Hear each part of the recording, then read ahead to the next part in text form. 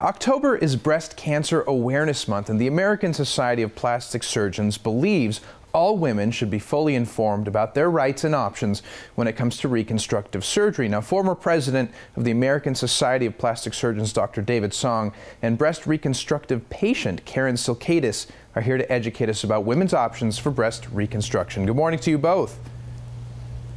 Good morning. Good morning. A lot of people, I think, have misconceptions about what it means and what it really takes to go through this journey. Karen, you as somebody who went through this reconstruction, tell us a little bit about your journey.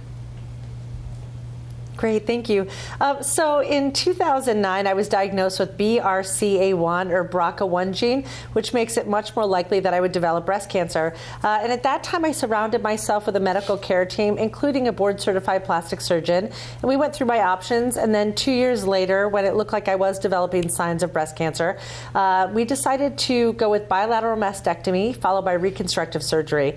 My plastic surgeon and my medical care team presented me with a lot of options, and I did research. I went to websites like breastreconusa.org, and I listened to patient stories. I looked at before and after pictures, and was able to make a really informed decision that best fit my body and best fit my life. Definitely, Karen. The most important thing, of course, is that you're healthy, and we're glad to be able to talk to you today in full health. Now, Dr. Song, tell us why you think a lot of women feel misinformed when it comes to reconstructive surgery.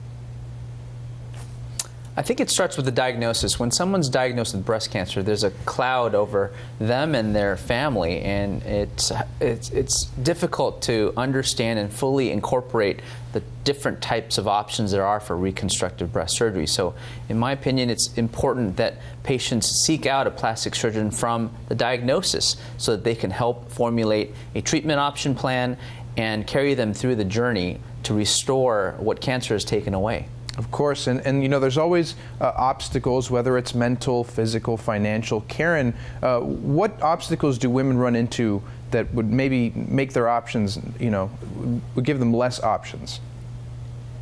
Sure. I think some of the obstacles have to do with a lack of information and also feeling overwhelmed throughout the process of diagnosis and treatments. But surrounding yourself with a great care team, I feel very lucky that my care team presented me with so many options. It kept me really informed, and not only informed, but empowered to make the choice that was best for me, best for my body, best for my lifestyle as a busy mom and a working performer. And actually, post-surgery, I think I feel even better in some ways about my body than I did prior to having surgery, which is exciting, and I feel empowered and I feel confident.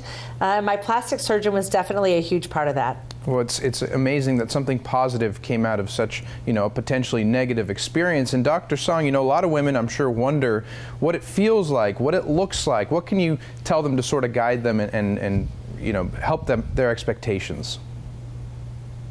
But there are so many options, and we want to make sure that every patient finds that option that fits and resonates with them. So by visiting websites like breastreconusa.org, one can explore the myriad of surgical options, as well as to get a sense of what breast reconstructive surgery looks and feels like.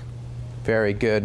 Very comprehensive look at this topic. It gives women something to think about, and of course, if they want to learn a little bit more information, where can they go? Again, breastreconusa.org. Excellent. Thank you both so much for joining us today. Thank you. Thank you.